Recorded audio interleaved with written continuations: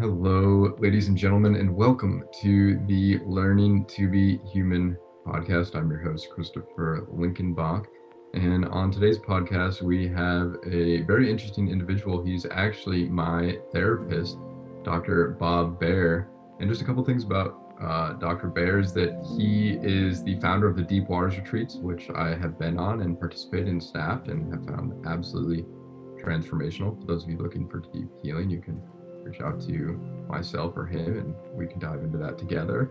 And then he is also the author and writer of The Creative Fire and Stop Doing Shit That You Don't Want to Do. And with that, Bob, I'm going to read us off a quick quotation here, actually by Pia Medley, who's somebody that you have actually turned me on to. And so the quotation is as follows. The best thing we can do for our adult children is to get into recovery for ourselves and set them free to find their own way to recovery. And that is from her book, Facing Codependence. And so with that, Bob, I will hand it over to you, let you introduce yourself and kind of just give the listeners a little bit, about who you are and what's going on. All right. Thanks, Christopher. Honored to be here. I got a lot of wise ass comments in response to the intro that you did that are maybe they might even be relevant. I don't know. Every once in a while I say something that's relevant. So you got to really pay attention and try to pick them out of the big basket of wise ass fooling around. I've learned how to fool around in my recovery over these years, and to kind of play with life a little bit most of the time, unless I'm railing against something or resentful or pounding my fist on something. In between those times, I think I've learned how to have a good time with this life more and more. So that's something I think I do have to share with folks if anybody's interested. But I will say the first thing you said is that I'm your therapist, and I'd like to be really clear that I'm against therapy.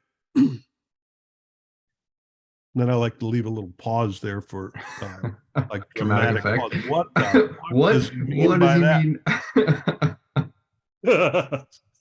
I'm against therapy in the way that it's been done mostly, and by the way that it's perceived that somehow we're going to give a bunch of advice to somebody, or that we're going to say the right thing, or we're going to get them to change their mind about something, or we're going to get them to change their behavior, and then everything's going to be fine, and we're going to tie it up in a bow and they're cured. Right? I know nobody would say it that way, but I think a lot of people think about it that way.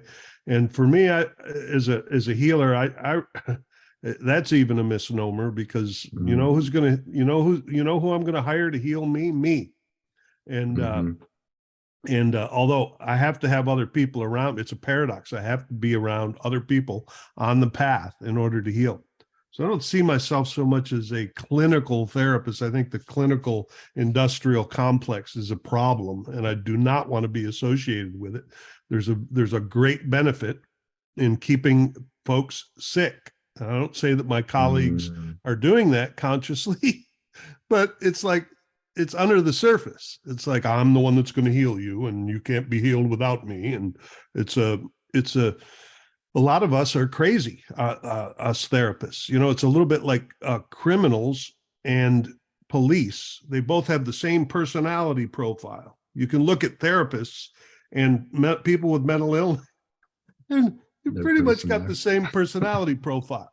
So we're a bunch of sick people trying to heal ourselves, and most of my colleagues are not doing their own work. They're off. It's another addiction. Let me get on the topic of you and off the topic of me. Our entire culture is doing our damnedest to get off the topic of ourselves and what's cooking inside of us. There's a few exceptions to this. Most of yours and my colleagues, Christopher, are good intentioned, but have not had the training to do actual healing work. Right? There's a couple of exceptions, and that's you and the crowd that you're hanging out with right now at Pacifica, and hanging out with the Jungian crowd. Now, there's the Jungian analysts and people who have done a lot of depth psychology work are the shamans of our current culture. It's the best we've got, right? We don't have curanderos and curanderas and people who grew up out of the earth and are from a family of healers that know exactly what rhythm to get you in when you're out of rhythm. We don't have that anymore. We have Tony Robbins, who's good, but it's rah stuff. Let's get happy, baby. And positive psychology. We have positive psychology. Yes, let's get positive, baby. Our buddy Carl Jung said, we do not become enlightened by imagining figures of light. We become enlightened by calling the darkness into consciousness, right? Nobody wants to do it. Nobody wants to look at their dark side. So you're fucked, Christopher. You're paying a lot of money to finish your program at Pacifica, and then you're going to be in a business inviting people to look at their darkness. And there'll be a point in time when you said, geez, I wish I listened to Bob. He said, nobody's going to buy that. Nobody wants to look at their darkness. They want to buy new Nike shoes. Why didn't I go into the shoe business? Well, the same reason I'm here with you today is because I am passionate about deep healing, because I know that that's that's where I've developed some freedom for myself, freedom in my relationship with my daughter and all of my relationships. I'm not cured, I'm not saying that, but I've gotten a lot of freedom from it, and I want to share it. And I don't know what else to do at this point in my life but to try to share it. So I'm grateful to be here. And that was a pretty long response to, so long that I don't even remember what the question was. Well, something that I hear all the time in the therapeutic circles that I'm in, and even just listening to people self-diagnosing themselves, and as I've done in our sessions together, by using the words depression and anxiety, what would you say to somebody who's, considering themselves depressed or an anxious individual? Well, don't get me started. Don't get me started. Okay, so the word depression, the word anxiety, they're both offspring of the clinical industrial complex and the pharmaceutical industrial complex. These are diagnoses that were developed so that you could make a pill to address it. All right. And there's big money in it. 80% of the psychiatrists that developed the diagnostic statistics manual that you and I are you're being trained in using to be able to diagnose, 80% of those folks have direct ties to the pharmaceutical industry. That language is of increasing boredom to me, and to me, the longer I'm doing this work, it's almost irrelevant. Somebody says they're depressed, okay, thank you. Somebody says I have anxiety, okay, thank you. I have found that my depression, my anxiety, all the things that I've called mood fluctuations, these things are actually unresolved trauma manifesting themselves. Now, if you give me a pill to mask it, so I feel a little bit better and can function just a little bit, then I can't get to that trauma, that pain, the pain that's underneath the surface. We Americans especially are just hell-bent on avoiding pain, seeking pleasure, avoiding pain, seeking pleasure. The pain is where the solution is. You and I have worked with enough folks, and in my case, I am one of those folks who's slammed into the wall behind addiction. Right? I have tried to kill that pain with almost every addiction known to man. I'm an absolute expert on process addictions, especially, but it's not necessarily good news. Yeah.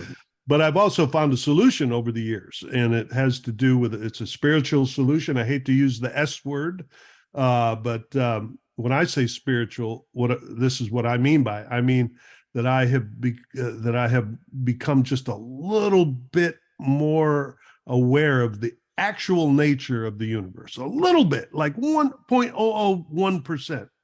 And I've also become 0.001% more aware of myself in relation to the universe, to this life stuff, right? Just a little bit more aware. To me, that's the best way to describe my healing from what we call the spiritual malady in 12-step recovery anyway. So to me, it's a spiritual problem. It's not a clinical problem. It's not something to be medicated. It's something to be felt and therefore transform. Our bodies have impacted trauma. Everything that happened in my life that I didn't get to discharge the emotion from is packed in here, locked in here, and the pharmaceutical industrial complex loves it. Let's make a pill for that one, right? So the work is to get down into the body. It's body work. Nobody wants to do it. I don't want to do it. Don't make me do it, Christopher. And it's, for a lot of us, we had to hit a pretty hard wall. Loss of relationships. For some people, it's jail, whatever it is. It's like, I am just so miserable waking up every morning wanting to kill myself or whatever it is. For most of us, it takes something like that to say, all right, I need help. These are words I didn't say until I was 35 years old. That was the weakest thing you could ever say. So I would say, another long answer to a pretty simple question, that I sort of ignore diagnoses, which is another reason I said, I don't know about this therapy stuff, because people have their sense of what that is. And I don't, in a lot of cases, I don't want to be associated with it. I think you and I are both up to something very different. And so to some individuals out there who hear the word trauma and they think, well, I grew up in a pretty good family. I don't really have a lot of trauma. What is kind of what do you say to that? Boy, that's just like you just handed me, what is that, like golden handcuff question? Because, for the listeners, Christopher is also, he's a humble guy. Believe me, there is so much to this dude that I'm going to have him on my podcast. So I make him announce all that, so he doesn't have this humble thing that he's doing. But he's one of my senior staff on the Deep Waters Experience weekends, and really understands the answer to that question.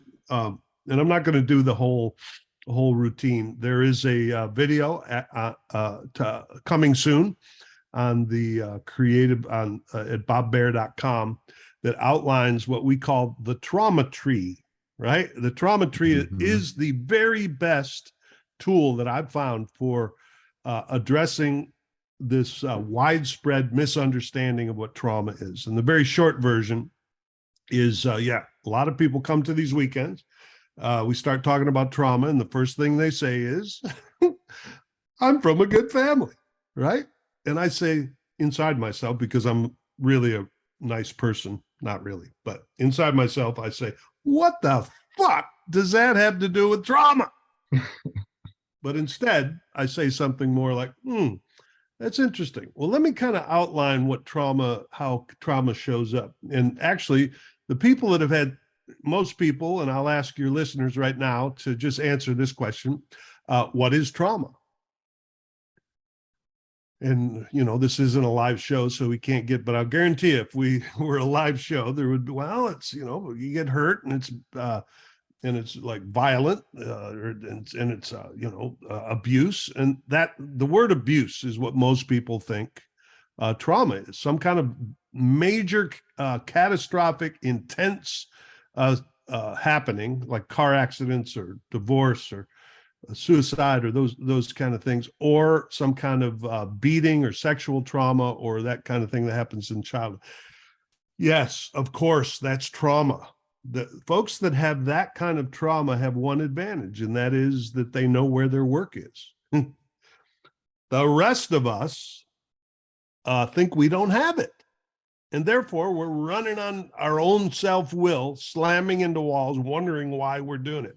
Well, there's abandonment, there is neglect. In a lot of those cases, are good families that weren't trying to be neglectful or abandoning, but a lot of fathers are working hard, moms are working hard, and they're not there. It's not on purpose abandonment, but it needs to be looked at.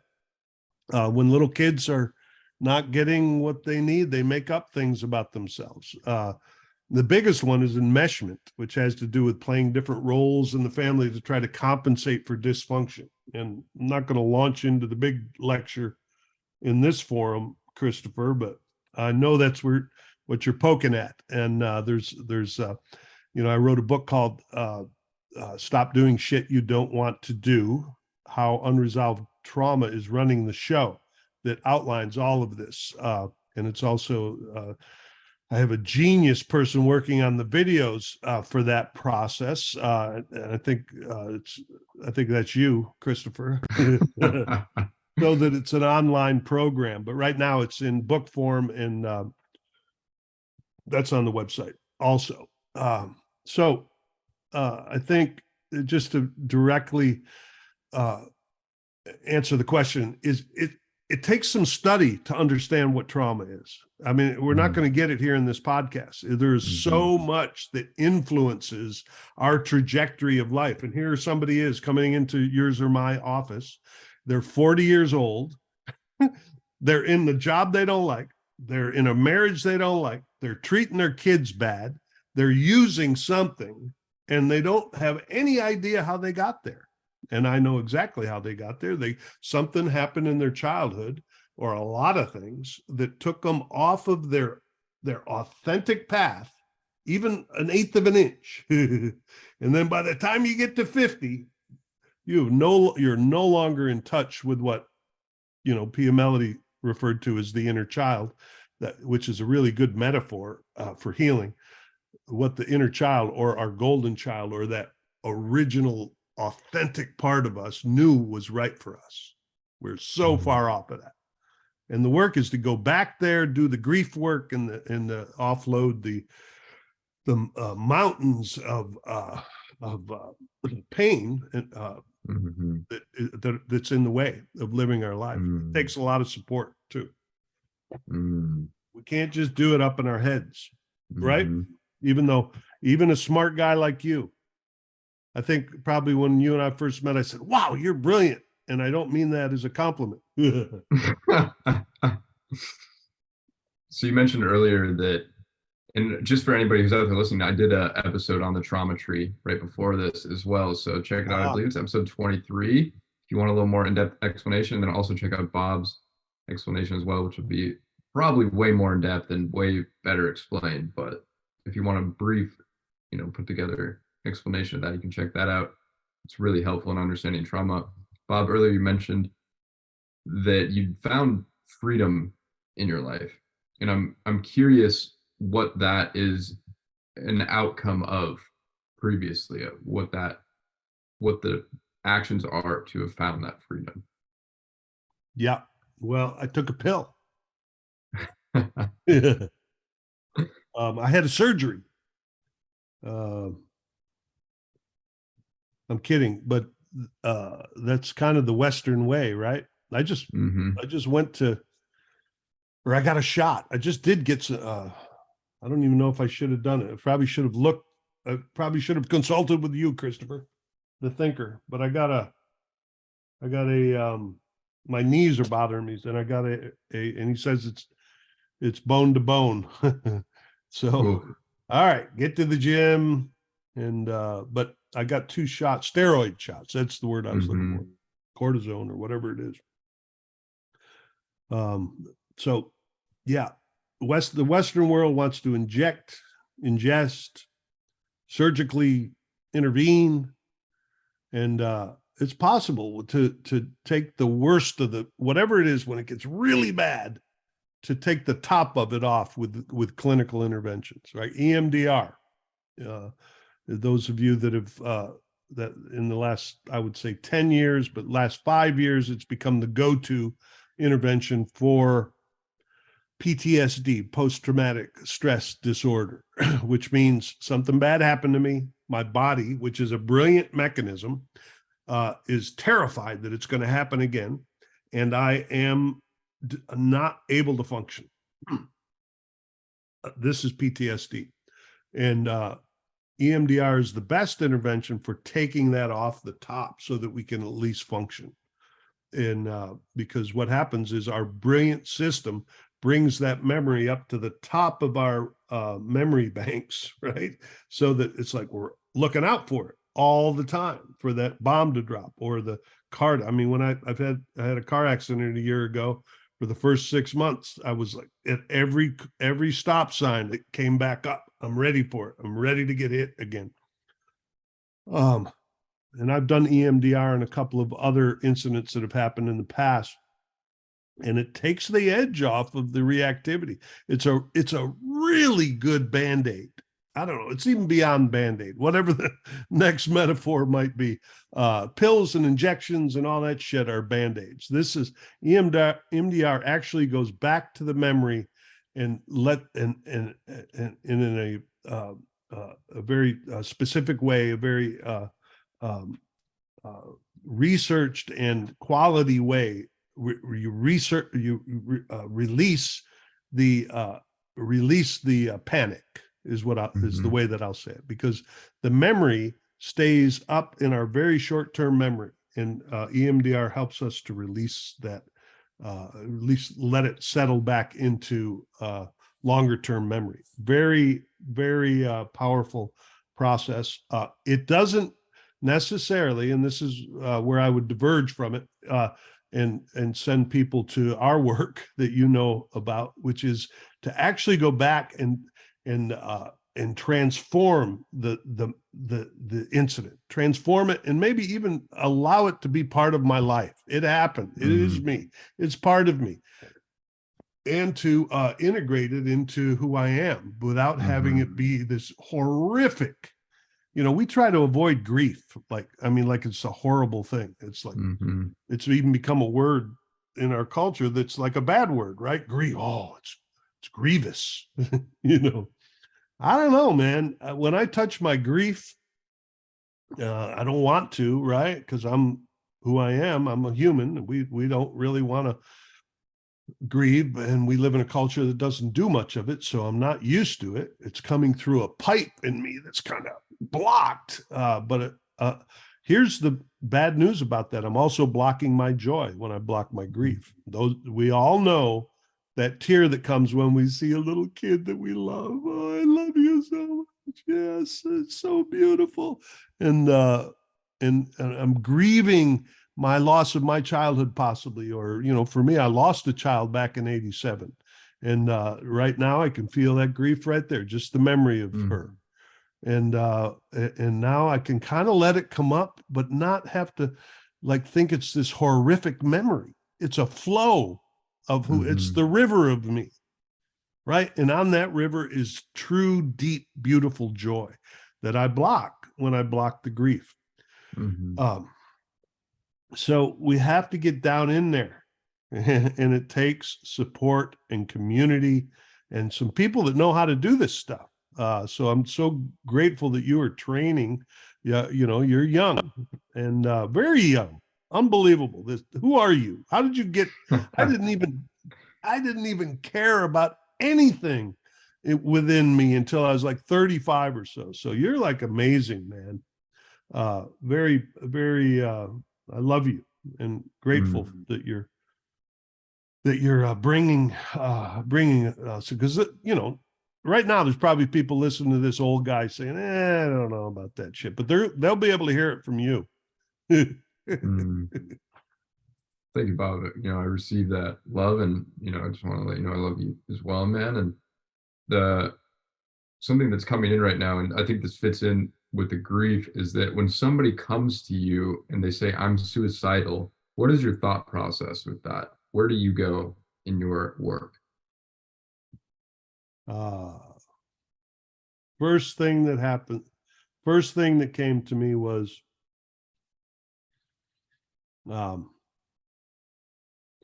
there's, well, I don't even know how to put it into words. It's not really good, the first thing that came to me.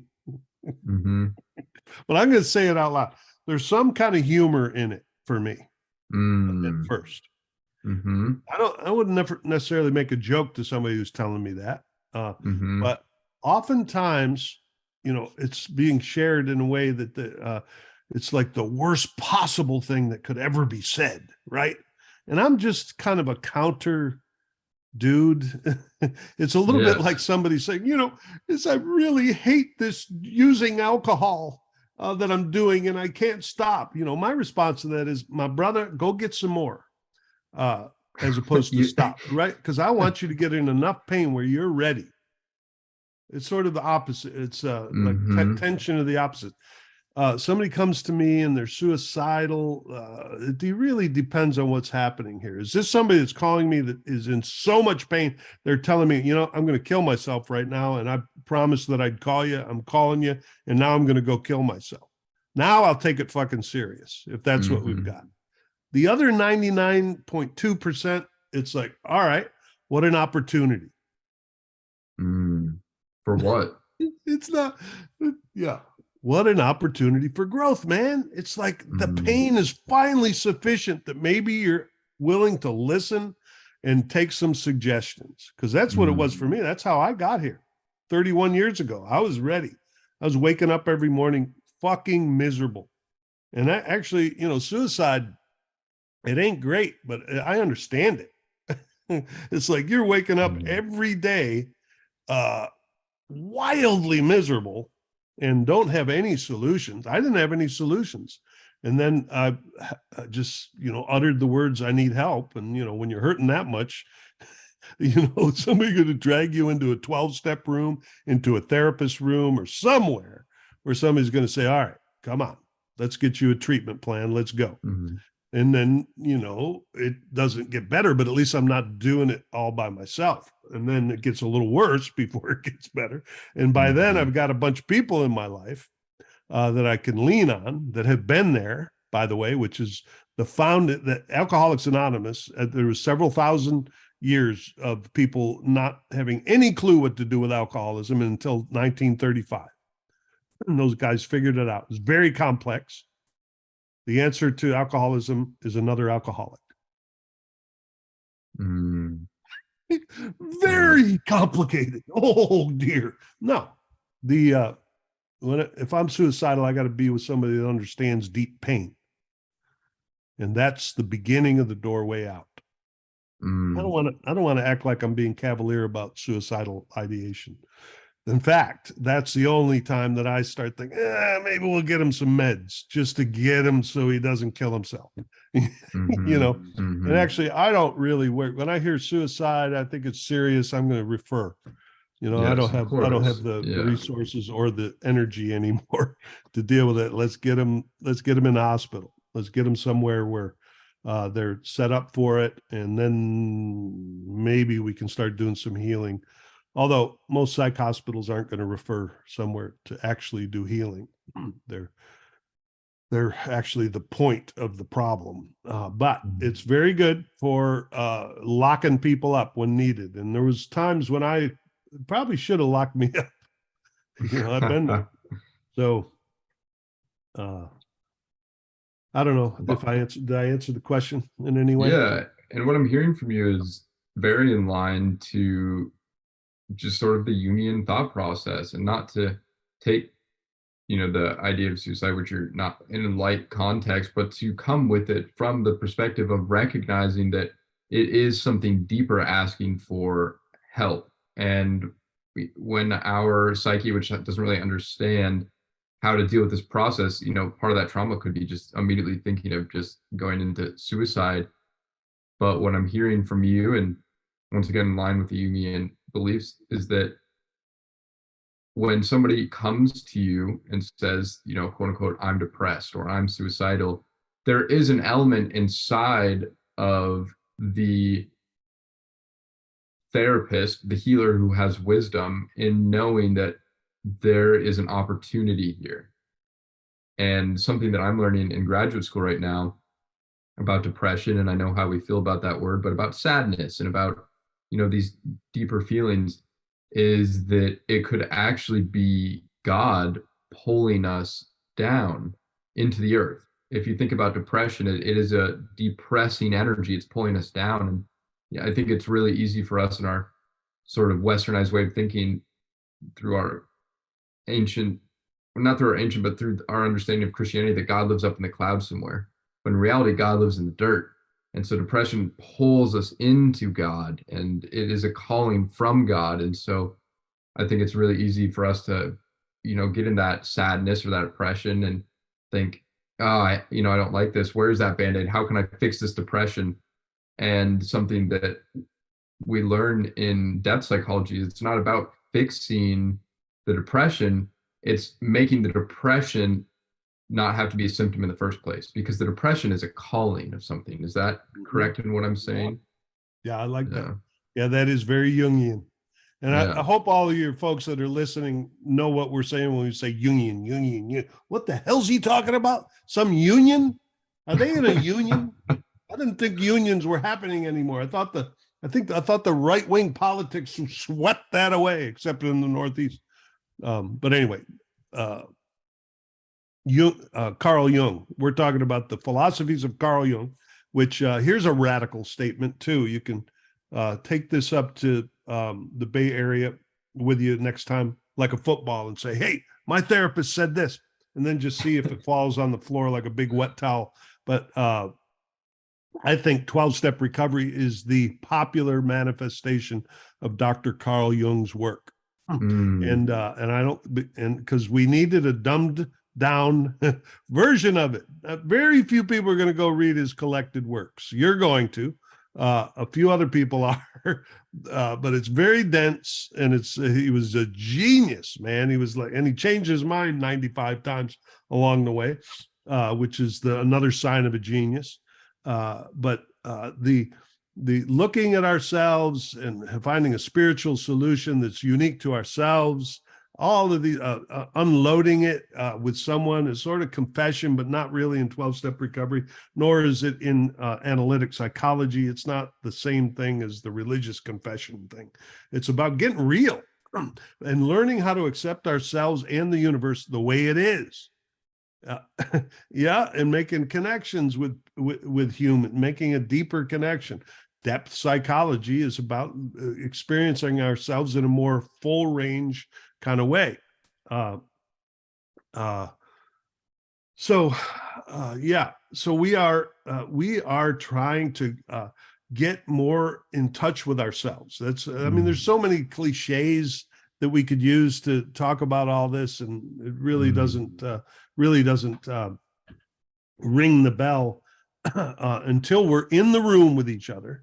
In my experience, Jungians, you can take this football up there with you too, because I've taught at the Jung Center in Houston, the first center. It started in the 50s. It was the first Jung Center in the world, I think, other than Zurich at the time. And so I taught there. I taught creativity stuff and men's stuff, and we were drumming in the back. And I'd always get somebody knocking on the door asking if we could be a little quieter. The Jungians like to do things a little bit. They like to think about it and bring meaning. They don't really want to beat a bunch of drums and get too wild, in my experience. So you can, but I think there is a wildness in us also that has to be accessed, and we got to be able to find that. And I kind of forgot where I was headed with that, but there's a full range expression that now Jung later in his work added I think you can correct me if I'm wrong, but I think the active imagination part of the work sort of came on board later in his career. Active imagination meaning all of the expressive arts as a doorway to our deeper selves. I'm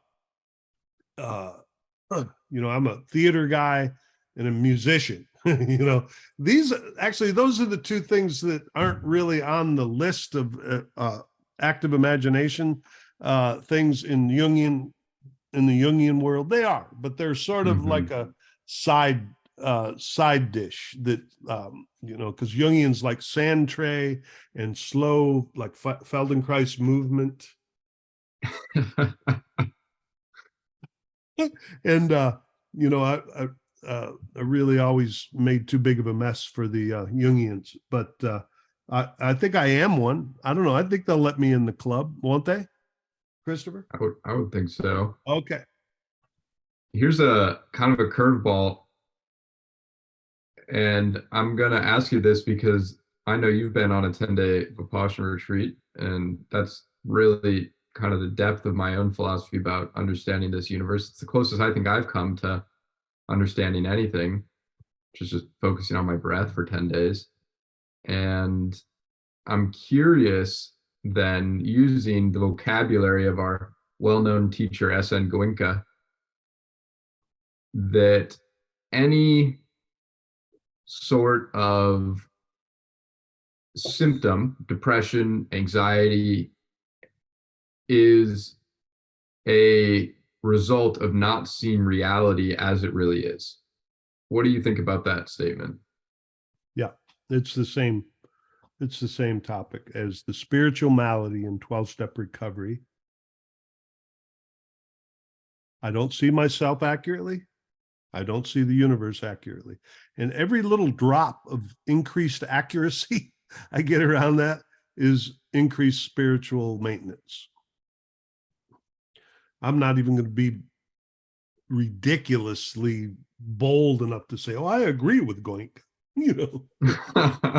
This guy, I'm telling you, if we could just package up all of his brilliance and Carl Jung's brilliance and just force it into the psyches of the planet, I think the war in Ukraine would end immediately. The divorces, 60% of marriages ending in divorce wouldn't stop. Actually, they probably wouldn't get married in the first place because they'd see the train wreck coming. But don't get me started on that one. Yeah, there's lots of ways toward that.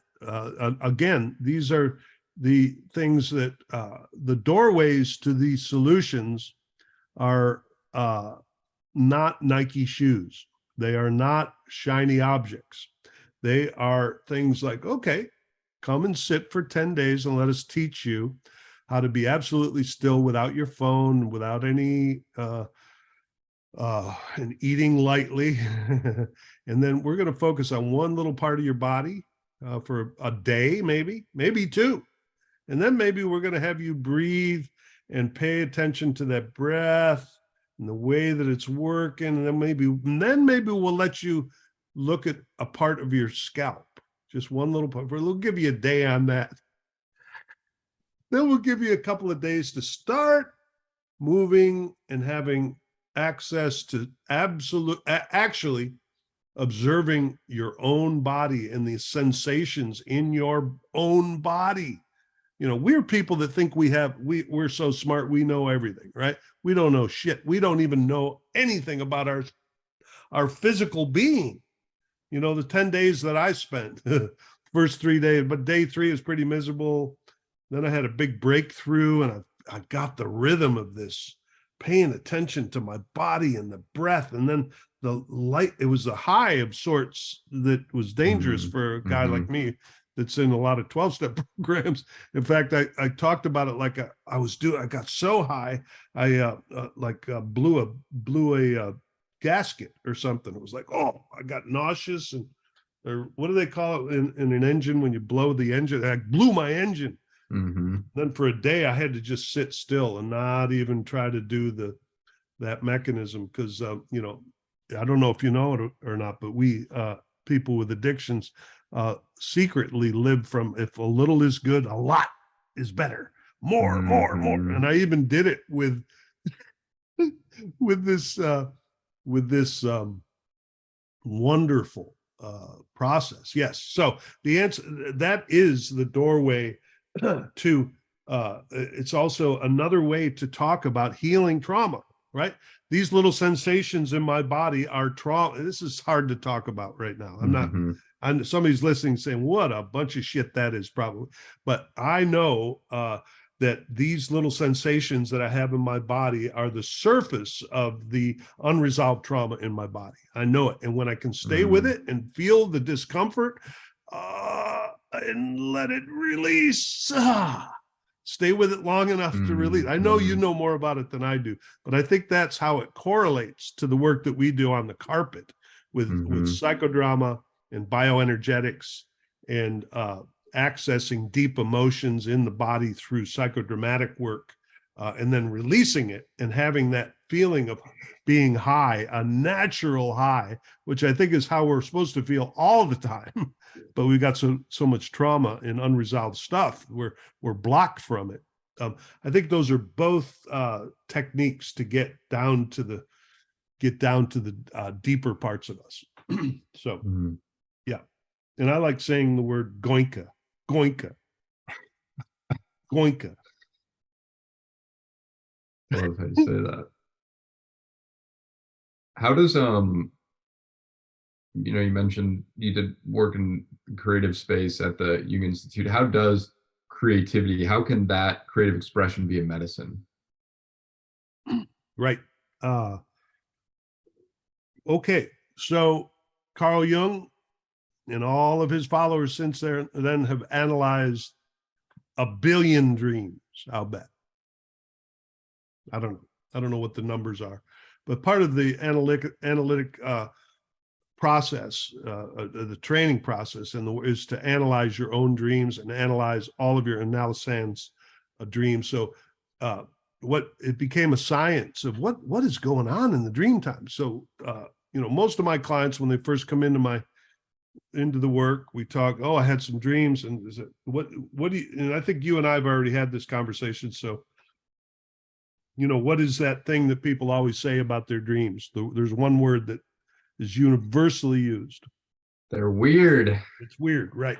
So I had a group, a dream group, and they kept saying it, and I said, well, let's try something different. When you hear yourself about to say weird, how about we say meaningful? How about we replace it with the word a meaningful dream? Even though it doesn't feel authentic at first, then it becomes authentic, because we think that it's just this random set of images, the dream time. No, the dream time is the truth.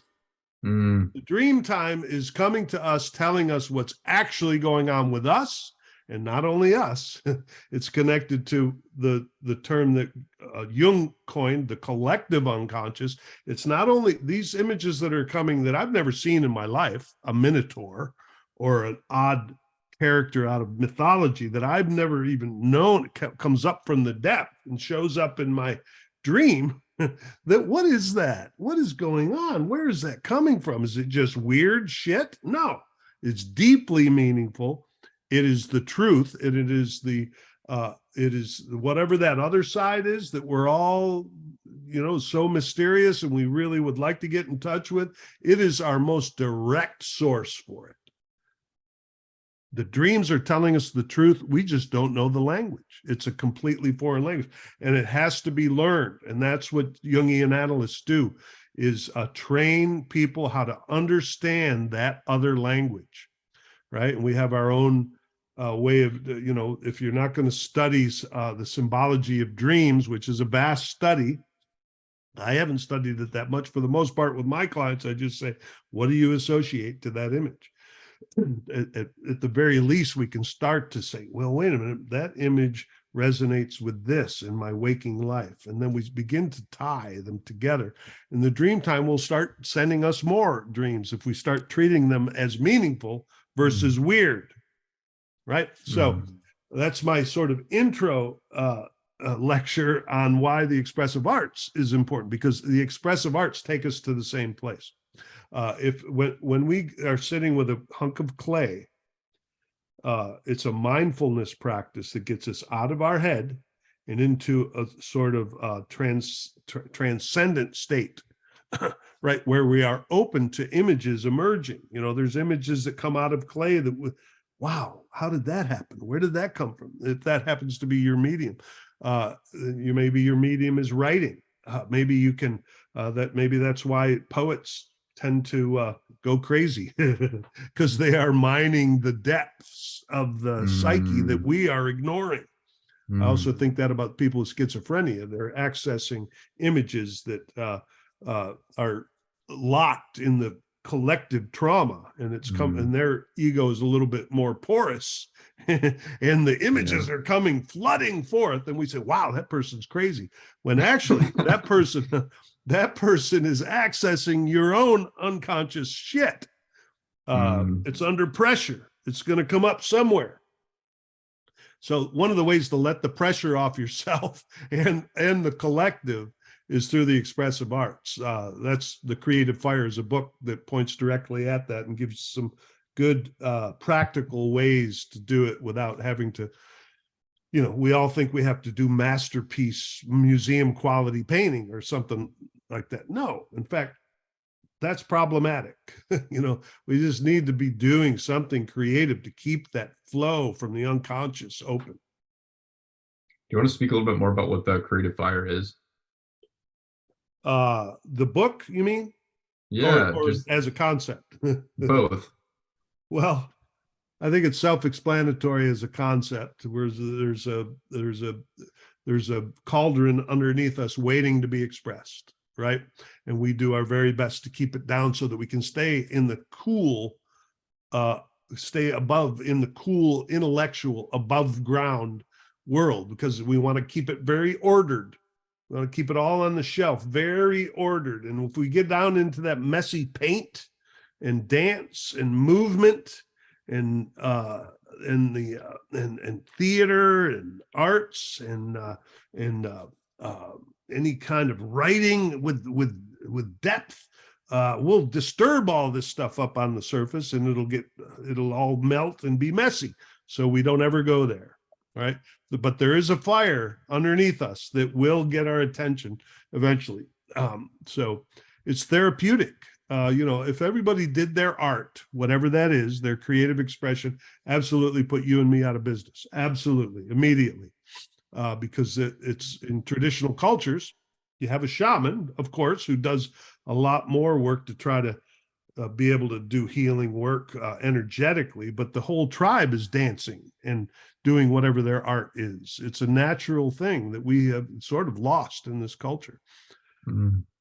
The Creative Fire is, the title is The Creative Fire, 10 Weeks to Emotional and Creative Fitness. I think I was reading a fitness book at the time when I titled it. I don't know if it's about creative fitness or what it is, but it's a 10-week program, and you access each of the do something. There's two pieces to it. One is actually there's some suggestions. You don't have to follow them, but suggestions to actually do a little bit of the art form, writing, photography, little piece, so where you can just do something to get that going, to see if possibly that's a doorway for you of healing, or at the very least fun, right? The other side of it is each of the expressive arts form have a message that is useful in our lives, right? Photographers, I'm telling you, I've been with a few of these guys.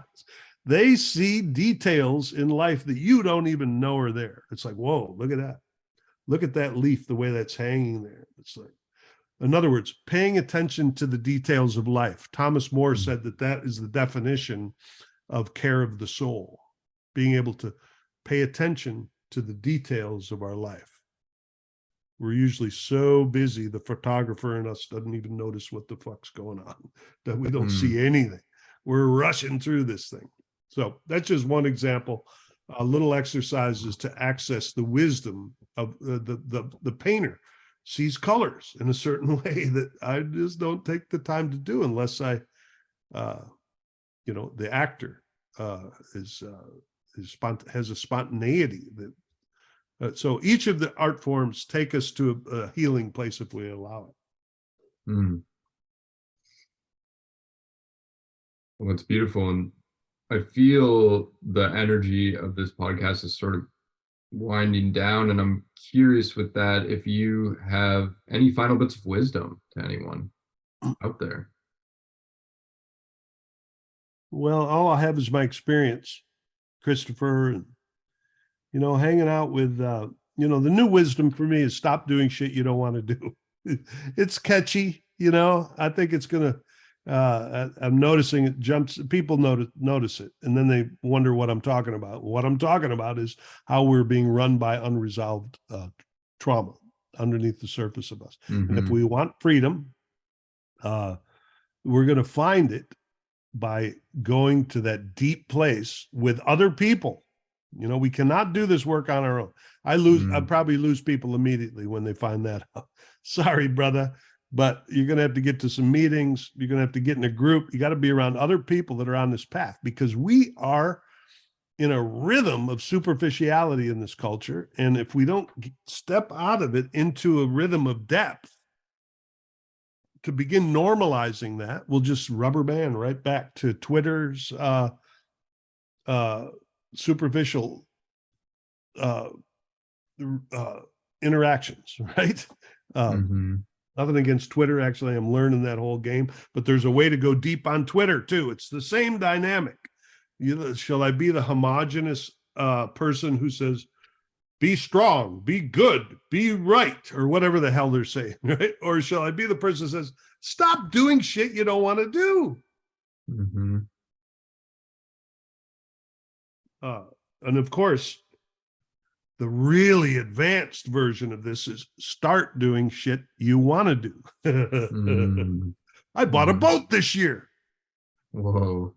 Yeah, whoa. It took a lot, man. It's like, I don't buy things like that for myself, but had a lot of people around me saying, what are you, nuts? Is that what you want? Whose life is this you're living anyway? And I would say that to your listeners. This is your life, brother, sister. Live it. And maybe somebody in your life will feel not like a little uncomfortable with you taking care of yourself really well. Well, maybe. And here's another thing. Maybe they won't. Maybe that's bullshit. Maybe they don't give a shit. Maybe they're taking care of themselves. Maybe they're not even paying that much attention to you. What a concept. Yeah, that's the wisdom. Live your life the way you want to live it. That's beautiful, Bob. Thank you so much, man. And how can people find you? What are you up to? What's going on? Okay, bobbeare.com is the easiest one. And for the weekends, with the deepwatersrecovery.com website is the doorway to the Deep Waters experience and to the experiential facilitator trainings. That's all. That whole thing is by donation. It is there because we know that the world needs healing, and we're not turning anybody away. And we do these weekends like every 3 months. And I think probably in the next year, we're going to start doing them every other month. And there's a gathering storm. So we'll probably be doing them monthly before long. So it's a 3-day intensive where we do a lot of education on trauma. And then on Saturday is it's built around the hero's journey is described by Joseph Campbell. The Friday night through Saturday morning is sort of the descent. We get on the carpet in the afternoon on Saturdays, and that's the ordeal. And then the rest of it is just the return, which is a really sweet, beautiful, transformational transition back to the real world, right? Why don't you just say a very short sentence or two about your experience at that weekend, Christopher? Just want to lead it by saying, if anybody out there this is touching them in any way, I would sign up for it. What Bob means by the carpet is that we do some deep emotional work. We do what we've been talking about this podcast. We go into our bodies and we feel what's going on in there.